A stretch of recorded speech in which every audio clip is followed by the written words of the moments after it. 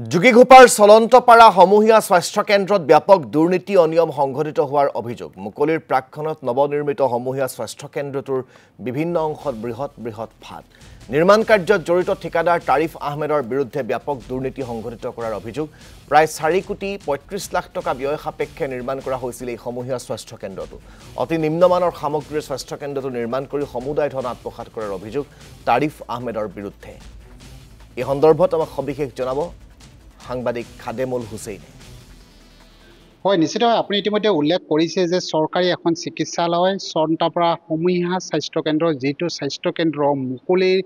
প্ৰাকখনত গৃহটো মুকলিৰ প্ৰাকখনত ইতিমধ্যে জহি কহি যাবলৈ ধৰিছে মোৰ সতীৰ্থ সহযোগী পনে পনে এক দৃশ্যাংশ দেখাব এয়া হ'ল বৰ্তমান নৱগৃহীত নিৰ্মিত চলন্তপাৰাৰ যি সমূহীয়া স্বাস্থ্য কেন্দ্ৰ আছে প্ৰায় 4 কোটি 35 লাখ টকা ব্যয় সাপেক্ষে নিৰ্মাণ কৰিছিল এই প্ৰকল্পটো এই নতুনকৈ নিৰ্মাণ কৰা চৰকাৰী চিকিৎসালয়খনৰ আৰু বিশেষকৈ ক'ব লাগিব ইয়াৰ ভিতৰৰ বিভিন্ন স্থান ইতিমধ্যে ভাঙি গৈছে বিশেষকৈ ক'ব লাগিব আজিৰ পৰা প্ৰায় 2 বছৰ আগতে এই স্বাস্থ্য কেন্দ্ৰটোৰ বিশেষকৈ এই গৃহটো নিৰ্মাণ কৰা হৈছিল কিন্তু আজিলৈকে সেই গৃহটো ইতিমধ্যে মুকলি কৰা নহল আৰু তাৰ প্ৰাকখন এটা কথা ক'ব লাগিব যে জয়ন্ত মল্ল বৰুৱাৰ অতিকৈ মন্ত্ৰী জয়ন্ত মল্ল বৰুৱাৰ অতিকৈ ঘনিষ্ঠ তাৰিফ আহমেদ বোলে এগৰাকী ঠিকাদাৰে এই কাম লাভ কৰিছিল আৰু তাৰ পিছতে কিন্তু দেখিবলৈ পোৱা গৈছিল বিভিন্ন স্থানত ইয়াৰ যিবোৰ সা সামগ্ৰী ব্যৱহাৰ কৰা হৈছিল অতি নিম্নমানৰ সা সামগ্ৰী ব্যৱহাৰ কৰিছিল এই কথাত স্বয়ং ইয়াৰ যিখন কমিটি আছিল সেই কমিটিখনক কিন্তু উল্লেখ কৰিছিল বা অৱগত কৰাইছিল তাৰ পিছতো কিন্তু এইগৰাকী ঠিকাদাৰে কিন্তু কোনো ধৰণৰ ক্ৰেপ নকৰে কাৰণ বহুবল্কী মন্ত্ৰী জয়ন্ত মল্ল বৰুৱাৰ অতিকৈ ঘনিষ্ঠ আছিল তাৰিফ আহমেদ আৰু এই মুহূৰ্তত মোৰ সৈতে আছে অসম সংখ্যালঘু সংগ্ৰাম পৰিষদৰ কেন্দ্ৰীয় সাধাৰণ সম্পাদকগৰাকী আছে মই সাধাৰণ সম্পাদকগৰাকীৰ পৰা পোনে পোনে জানিব চেষ্টা কৰিছোঁ যে যোগীঘোপাৰ বহু আশা প্ৰত্যাশা বিশেষকৈ চলন্তপাৰা যিখন ক্ষুদ্ৰ প্ৰাথমিক স্বাস্থ্য কেন্দ্ৰ আছে বঙাইগাঁও জিলাত ভিতৰতে কিন্তু সৰ্বাধিক ৰোগী ইয়াত চিকিৎসা কৰা হয় OPD আৰু বিশেষকৈ ক'ব লাগিব এইখন ৰাজ্যৰ আশা প্ৰত্যাশা আছে কিন্তু গৃহটো নিৰ্মাণ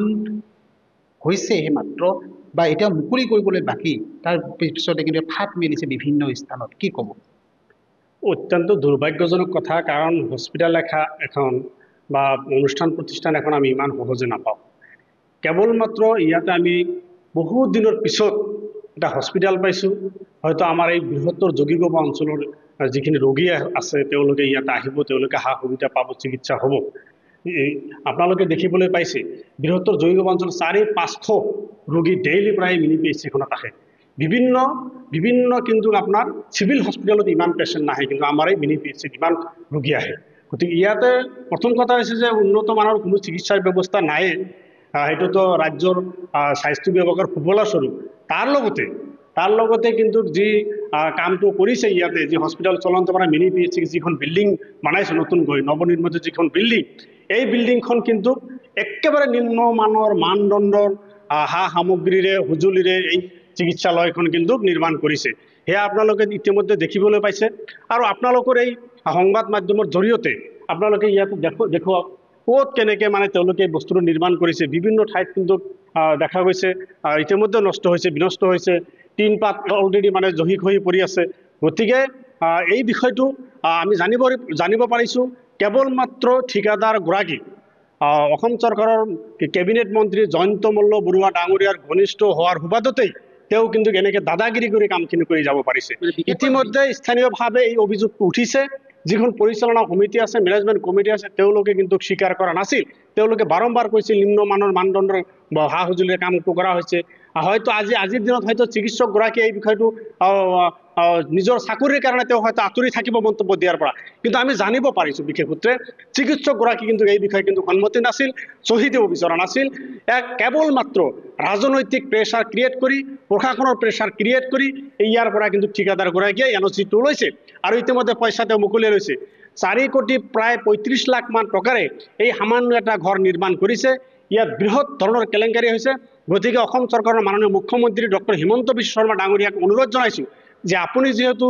স্বাস্থ্য বিভাগটোৰ বিভিন্ন সময়ত মন্ত্ৰী আছিলে আপুনি এই বিভাগটো ভাল হোৱাটো বিচাৰে গতিকে যদিও আপোনাৰ ঘনিষ্ঠ মন্ত্ৰীৰ সুবাদতে এই ঠিকাদাৰটো কাম কৰিছে ঠিকাদাৰজনে কাম কৰিছে তথাপিও কিন্তু আপুনি আপোনাৰ দায়িত্ব পালন কৰিব লাগে অতি শীঘ্ৰেই